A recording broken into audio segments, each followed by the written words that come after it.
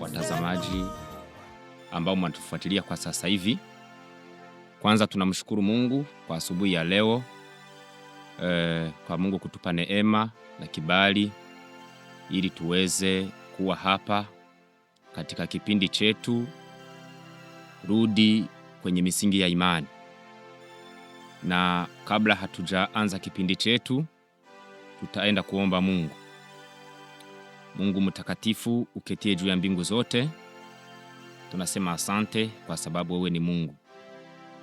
Asante kwa neema ya asubuhi, tumekuwa hapa kwa kila jambo. Tunaomba damu ya Yesu Kristo iweze kututakasa, kisha kutufanya kuwa safi, utukubali. Na kwa sasa Bwana, tunaenda kusikia neno lako. Acha Roho wako Mtakatifu aweze kutuongoza, atupe kuyafafanua maneno yako na kuweza kuyafikisha kwa amani na salama. Asante kwa sababu wewe ni Mungu, kwa uwezo wa jina la Yesu Kristo. Amen.